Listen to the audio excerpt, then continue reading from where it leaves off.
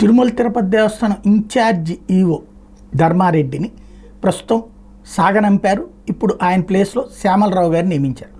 ఇక్కడ అసలు పాయింట్ ఏంటంటే ధర్మారెడ్డి గారికి ఉన్నటువంటిది జగన్ గారి దగ్గర యాక్సెస్.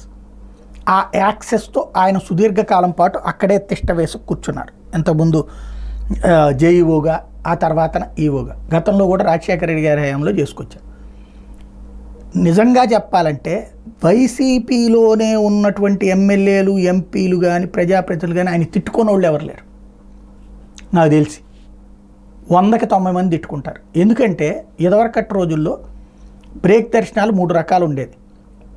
L1, L2, L3, ఆ తర్వాత ఏఏడి అర్చనానంతర దర్శనం. ఇది వాస్తవంగా మనం అవునన్నా కాదన్నా విఐపి కల్చర్ ఆలయాల్లో ఉంటుంది, ఉండాలి కూడా. ఎందుకు అంటే ఈ లైన్లలో, క్యూ లైన్లలో ఆ టైం వర్కౌట్ కాదు కాబట్టి. అంతే తప్పించి విఐపి అంటే దేవుడి దగ్గర గొప్పోడని కాదు.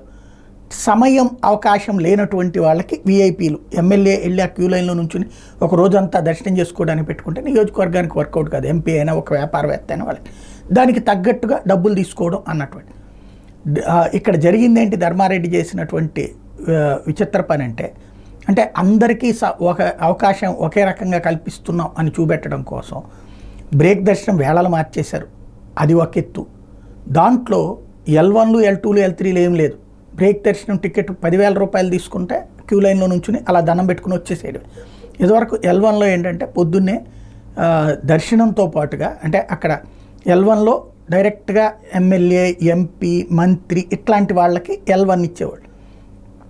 వాళ్ళతో కుటుంబ సభ్యులతో కూడా కలిపి లేదా వాళ్ళ బంధువులతో అయినా సరే వాళ్ళతో వచ్చిన వాళ్ళు ఒక 6 వరకు అవకాశం ఉండేది. వాళ్ళందరూ కూడా అక్కడికి డైరెక్ట్గా వెళ్ళి నుంచుంటారు. అటొక 20 మంది, ఇటొక 20 మంది నుంచోబెట్టి గర్భాలయంలో.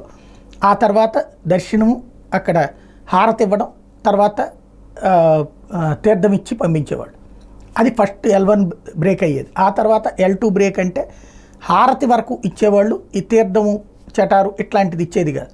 బట్ అక్కడ L2 కిందన ఇదేంటంటే ఆ కుటుంబ సభ్యులు ఎవరైతే ఈ విఐపీలు ఉంటారో వాళ్ళని.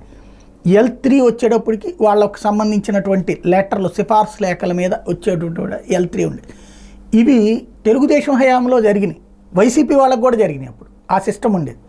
కానీ వైసీపీ అధికారంలోకి వచ్చాక వైసీపీ వాళ్ళకే లేదు. అది ఆ బ్రేక్ దర్శనాలు వచ్చేటప్పటికి ముందు నుంచినే యువతలకు తీసుకొచ్చేసేటటువంటి ప్రక్రియ లాంటివి చేసుకొచ్చారు.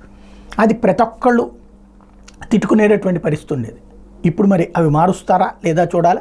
అలాగే అసలు ఏదో వైసీపీ వాళ్ళకి ఆయన వల్ల ఒరిగిందేం లేదు, కానీ వైసీపీ మనిషి అన్నటువంటి పేరు మాత్రం ఆయన ముద్రతో అక్కడ ఆయనకు ఒక్కడికే ప్రయోజనం. ధర్మారెడ్డికి ఒక్కడికే 5 ఏళ్ళు అక్కడ కూర్చున్నాడు, ఆయన వరకు అది అవకాశాన్ని ఆస్వాదించాడు తప్పించి ఏ ప్రయోజనం వైసీపీ వాళ్ళకి కలగలేదు.